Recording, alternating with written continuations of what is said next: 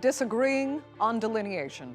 The International Court of Justice sides mostly with Somalia in its maritime dispute with Kenya, but with Nairobi rejecting the ruling, how can it be enforced? I'm Andrea Sankey, and today's newsmaker is Kenya and Somalia's border dispute.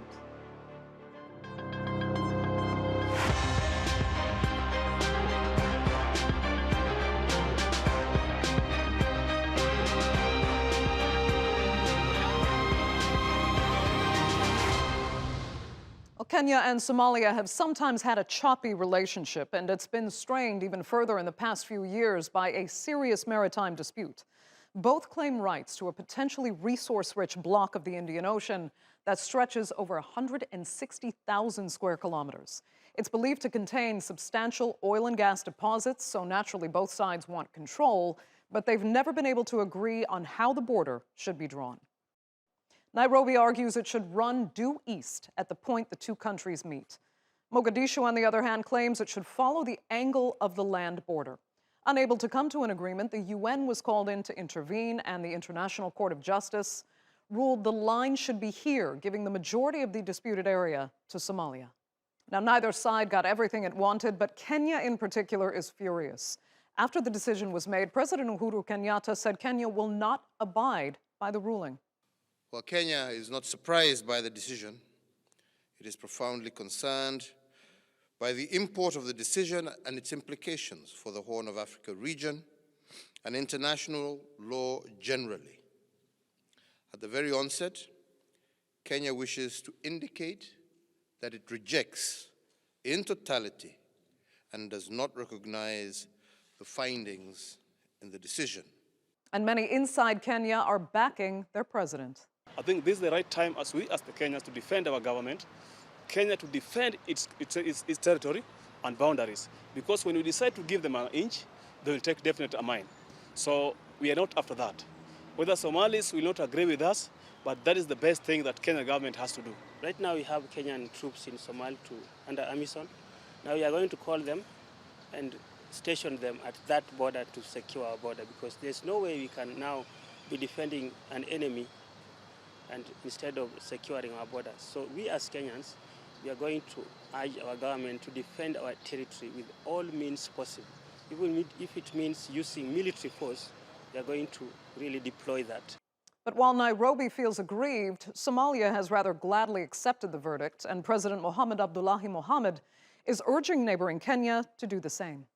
By respecting the laws and the international conventions of the world, the Somalia federal government clearly states that it abides by the decision of the court, and we expect the neighboring country, Kenya, to respect the international rule of law and forget its ambition that is based on being misleading. Now, the ICJ has an established history of ruling on maritime cases. For 2 decades, Qatar and Bahrain were embroiled in a bitter dispute over the Habar Islands as well as the Dubai and Kitat Jarada shoals. The court largely ruled in favor of Doha. Other outstanding disputes haven't gone before the court, but may, including recent tensions between Turkey and Greece over who controls what in the Eastern Mediterranean. And of course, there's the South China Sea, where Vietnam, the Philippines, Malaysia, Brunei, Taiwan, and China all claim overlapping parts of the disputed body of water. But while disputes like this are common, they can also be deadly. Over the last 3 centuries, almost 80% of wars were fought over territory, both on land and maritime borders. Now, a military conflict is something neither Nairobi or Mogadishu will want, especially since Somalia has no navy. But if Kenya continues to reject the verdict, what happens next? To discuss that, I'm joined now from Nairobi by Patrick Gathara, a curator for the online Kenyan current affairs portal, The Elephant. He recently wrote an opinion piece entitled Kenya's Cynical Offensive Against the ICJ. From London, Agnes Gitau, a managing partner at GBS Africa, which advises businesses on Africa's political and economic risks. She's also a committee member at the Kenya Society. And Timothy Walker's in Johannesburg. He's a maritime project leader and senior researcher at the Institute for Security Studies. Thanks all so much for being with us. Timothy, let me start with you. How fair was this ruling? It's presented as if Somalia, got the better deal, but neither side actually got what it was after in totality. And the line looks to be a fair enough division of resources. So why did Kenya expect so much more? It's a good question. Yes, the Somali request to the court was for an equitable solution, and the court's jurisprudence and methodology it's applied this is what it's determined to be that. When it looks at the kind of disproportionate results which could have gone to one side or another, it's an interesting potential precedent for the future. The fact that the land boundary, as you can see from the map earlier, the land boundary as it reaches the ocean is in such a strange location that if it were to go completely down the Somalia route, it would have been very disproportionately unfavorable to Kenya, especially under the broader terms of the Law of the Sea Convention, which do not allow states to kind of lose their access to the high seas and maritime zones.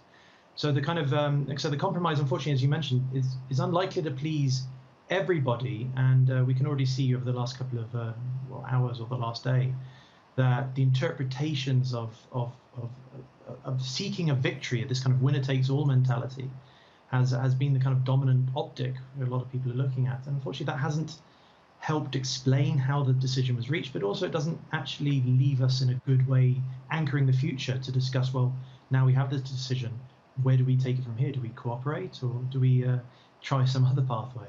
Exactly. Agnes, because you've said yourself the ICJ failed to allow for the regional dispute resolution mechanism to be utilized. So though you didn't want to comment so much on the fairness of the ruling, what you're saying seems to be at least unfair for Kenya. Andrea, thank you. Not exactly. My view is ICJ was supposed to come up with a solution that ensures peace and stability for both countries. You're aware that Somalia has had a crisis for a long time now. And I think the two countries should have been allowed or given an opportunity to explore other ways of resolving this through perhaps the African Union, as Kenya would prefer, or other regional bodies, just to ensure there is peace and stability. And this, Andrea, brings to the question, the reason we're here is because of boundaries that were created not by Kenya and Somalia. And the reason we are also here is because of the externalities of this issue. There are external forces, both in the UK where I am, the US, Norway, that are interested in the hydrocarbons that are in this region, and therefore the influence of the external powers, which Kenya is arguing that they have no problem with Somalia, but they have an issue with the external forces that continue to interfere with regional affairs, which most of the time do not end up well. You create a crisis and then you run away when and leave people struggling. Okay, but Agnes, can you explain then how you think those international players that were influential perhaps in what's happening in the area, in this maritime dispute, how did they, if at all, affect the court? What did their interests have to do exactly with this ruling? Well, Kenya had obviously said they didn't want this to be at the ICJ. They wanted to have a conversation with Somalia. But depending on which side you are aligned to, there has been a push for, of course, and also Kenya has talked about one of the judges. They've talked about inherent bias and towards Somalia, and the fact that they would have preferred a better route rather than the ICJ. Let's talk about that line. I mean, they did say specifically the court, this is Kenya speaking, the court has obvious and inherent bias. So on what grounds, Patrick, I'll direct this to you, on what grounds is Kenya making that claim? What is that obvious and inherent bias? Well, I think the government has been pointing to, as Agnes said, one of the judges, one of the 15 judges in the ICJ, who was actually president of the court last year, but is no longer. And I think they were pointing to that and saying that that is a sign that the court is going to be biased. I didn't buy the argument myself. I think that to go back to something that Agnes said, I really believe that the problem here has been that Kenya has not taken this seriously. They had ample opportunity since 2009 to negotiate a border to negotiate a solution. They had one meeting in Nairobi. There's supposed to have been follow-ups in Mogadishu that Kenya never turned up for.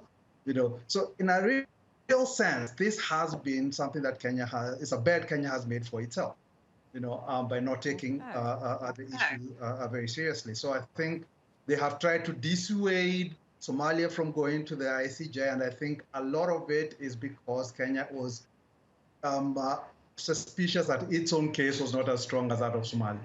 Right. Let me ask then Timothy that, because we have Patrick saying that it was kind of Kenya who had the time to negotiate and didn't quite bother to do so.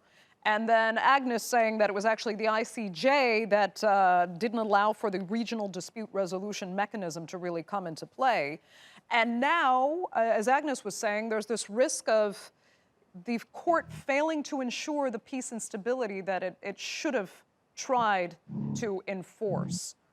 What side are we actually on here? Is there now a risk of the court kind of destabilizing the region, or is it more Nairobi's fault for not engaging in those negotiations when they had the chance? I wouldn't like to apportion blame to any one particular party as the kind of, otherwise we get a kind of chicken-egg situation of that. What is the case is that there are many, many diplomatic solutions, bilateral treaties or negotiations or discussions which could have occurred, as Patrick was saying, and also agreeing with Agnes as well, that the mechanisms which are in place or should be designed to actually deal with this kind of dispute, such as through the good offices of the African Union, through regional mediators of many of the regional communities, but also other international mediation efforts as well. There was a sense these were kind of leapfrogged over to get to the ICJ, which, as it is a court almost of last resort, so there's no appeal of this decision, that the court's decision is final as it's been handed down. And the choice which Kenya has indicated it's going to take is not to abide by that decision. It does, like I say, raise some kind of, interest for us around whether that entails a broader disregard or whether that's actually going to lead on to further destabilization of other international mechanisms around the law of the sea. And whether states are going to continue to agree to abide by those and use those principles, such as the use of equidistance lines for drawing boundaries or the use of median lines. And there's going to be, I think, a lot of pressure on Kenya right now, perhaps behind closed doors to more extent, to indicate it is willing to abide by this decision, because the effect of not doing so, especially, and Kenya, I'm sure many of you know, is currently chairing the UN Security Council, having India a few months ago chairing a meeting on maritime security. The president is a member of the high-level oceans panel. And actually in the 1970s, a Kenyan diplomat was credited with the creation of the concept of the exclusive economic zone, which is exactly what is being argued over here about how much of that zone belongs to which party as well. Right. So back into the past as well and going forward into the future, there's actually a lot riding on Kenya abiding by this. There's a lot riding on it. And as you said, the court's decision is legally binding, but there are no enforcement powers. And as we said, Somalia has no navy, not that it would want to use that. But Agnes, I mean, Somalia in particular wants to make this ruling count. But how can it? And also we have President Uhuru Kenyatta saying that this ruling is dangerous because it has implications for the Horn of Africa as well as for international law. So where does this go? Exactly, Andrea, where does this go? You're absolutely right. Everybody would want for Kenya to fall in place and accept the ruling. I think, in my view, this has come at a wrong time when Kenya is going through a political, I mean, we have elections next year, and already the environment is very political. Somalia has its own issues. It's the wrong time. And unfortunately, instead of providing leadership from both countries, whereby both parties can come to a table and have a negotiation, this the timing is so wrong, and unfortunately, both politicians will use this ruling to politicize the issue, which has an impact on the regional stability. Exactly, the question is, where do we go? I think the external powers, the powers that be, need to try and speak to both Kenya and Somalia and try and find a solution to this, because the region cannot cope with another instability. It's going to cost billions of dollars to the beggable West too. So I think it's in the interest of everybody, both the two countries, but also the external beneficiaries, to sit down and find a solution to this. And it's also that's what I guess the citizens of both countries would want. Right. Patrick, you know, this dispute risks whatever spillover effects that it might incur. Some say the dispute can compromise even the well-being of the millions of Somali refugees in Kenya, or more importantly, I think, the presence of Kenyan peacekeeping troops in Somalia, because some Kenyans feel that, you know, they paid a price for protecting Somalia from al-Shabaab terrorists, and now they feel they've been cheated. They've been helping Somalia only to get shafted in this ruling. So there are a lot of other elements at play. What do you fear the real fallout could be, especially in between Kenya and Somalia and their direct bilateral relations? Well, I think, first of all, we shouldn't really overemphasize the dangers of this. To be honest, this is a dispute that's been running for quite a long time. All we have now is a ruling by the ICJ. And I think it's actually set the stage for more negotiations. In fact, Somalia had said before that they would talk after the ruling. And I think they want to have this in their pocket as sort of one of the chips that they will play in the negotiations to come. I think when it comes to things like refugees and the Kenyan contingent in AMISOM, I think that has been, Kenya has tried to use that as a way to intimidate Somalia. So during the discussions,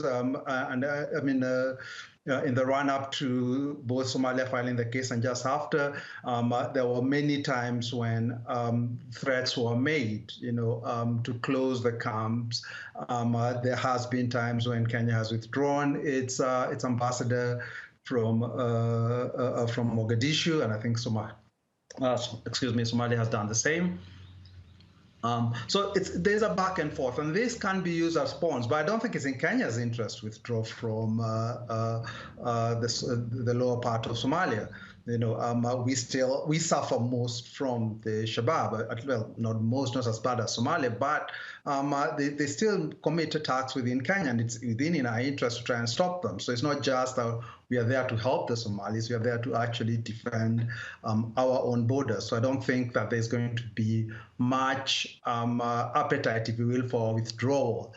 In terms of the refugees, I think it's been really sad that the government has been really willing, the Kenyan government, to use them as pawns to try and pressure Somalia. But I think if you look at the history of the threats that the government gives to close it, it's been ongoing for a very long time.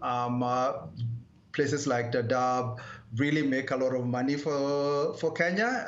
They're a net profit center, if you might call it that, because lots of NGOs, international NGOs, international institutions have their bases there. They employ many Kenyans, and stuff. So I don't think that there is going to be much movement, if you will, in terms of closing it. Okay. Let me get to Timothy, because, we have to go back to a large part of the reason that these waters are in dispute is because what is substantially contained in this 160,000 square kilometers, rich in oil and gas. But something we haven't really addressed is, you have to be careful what you wish for sometimes. What is environmentally at risk in these waters when it actually comes down to the drilling that would be done to make it lucrative? We're seeing a lot of images of fishermen out of Lamu Island, just near the border between Kenya and Somalia. They're carrying these Save Lamu's waters, these signs, because that's their fishing territory. What's the plan of the Kenyan government? Because it was to drill for fossil fuel. I mean, so could those fishing waters actually now be better off if that area remains in dispute and that drilling actually isn't done? That's a great question, especially around the topic of fisheries management. We are looking at a situation all around the African coastline, pretty much everywhere, where fishing stocks are nowhere near the level that we would like them to be to even have them at the kind of sustainable extraction which is envisaged for fishing industries going forward. So when it comes to the fishing employment opportunities in the future, there will be more and more people moving to the coastline. We can't ignore that fact. In Somalia and Kenya, in fact, I think every African country, the population is going to increase in the years to come. Jobs and opportunities will be in coastal areas, partly because of climate change forcing people to the coastline, because of inland areas not being accessible. And this puts enormous pressure on coastal resources. So there's that aspect, which I think is probably the more prominent issue to address now, which is about good coastal management rather than offshore areas far to sea, because I'm not entirely sure how much the Kenyan fishing industry as such would rely on access to waters which are now seen as Somali or have under Somali sovereign rights. The other major thing in terms of oil and gas is that what's at stake is not necessarily actual drilling, but the potential value of these areas. You draw up concession blocks, they're auctioned off, which is a big source of antagonism over the last couple of years when Somalia or Kenya would try and sell these blocks to companies to exploit. And you get a lot of revenue just from doing that without necessarily having oil drills and exploration vessels and things like that.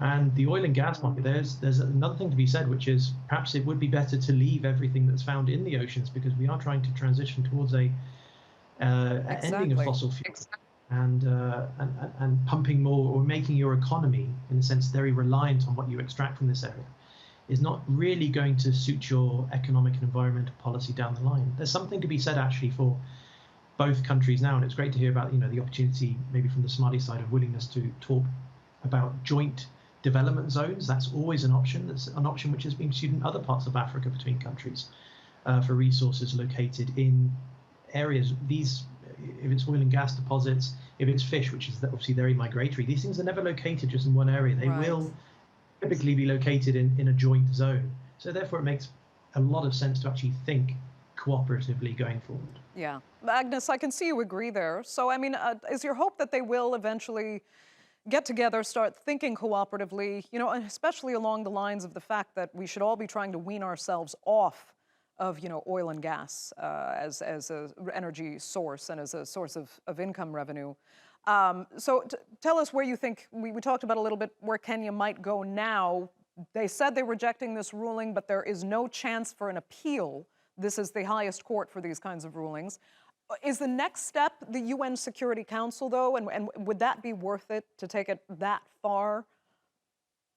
Thank you, Andrea. Maybe perhaps to comment on the issue of environmental impact, if this actually, if we start seeing some drilling taking place in that disputed region. Kenya is already a member of is a leader in a committee that looks at managing blue economy, and I do hope that perhaps working with Somalia to try and conserve our coastline, manage our marine economy, perhaps they could see value in that and work together. And yes, obviously everybody would hope that they work collaboratively, maybe establish joint economic zones, and they can work together towards, finding ways of making this region economically beneficial for the two countries. Where do they go from here? I think the reaction and what we've seen, the remarks from the politicians were just reactionary. I do hope that going forward that the two countries will stay together, and we have institutions in the region that can help bring the two countries together. I see a future where the two countries will be able to sit on a table and negotiate the best way for the two countries. Patrick, our final words. We've just got a minute left. Are you on the same page there? I think there's going to be negotiations definitely going forward. This is not the end. This, I think, is a new beginning. Just a quick statement on the environmental aspects of this. I think we've got to remember that Kenya was actually trying to build a coal plant in Lamu that he was warned would be harming these fisheries. I think that kind of puts in perspective the argument that it makes that it's doing this to protect its fishermen. It's not. 17 out of the 19 fishing grounds that it was claiming would be endangered by Somalia's line if the ICJ was to agree with Somalia, were not even near that line, would it be? So I think it's a rather curious argument from Kenya, but I think looking forward, there is going to, none of these two countries is interested in a war. None of them, I think, has the resources to fight a war, to be quite honest. So I think it's all going to be about the next step in a negotiation process towards getting to a mutually acceptable solution. Okay, Patrick Gathara, Agnes Gitau, Timothy Walker, thank you all so much for being with us on this edition of The Newsmakers. So unfortunately, we are out of time. Thanks, of course, to our viewers for being with us as well. Remember, you can follow us on Twitter at @the_newsmakers, and be sure to subscribe to our YouTube channel. I'm Andrea Sankey. We'll see you next time.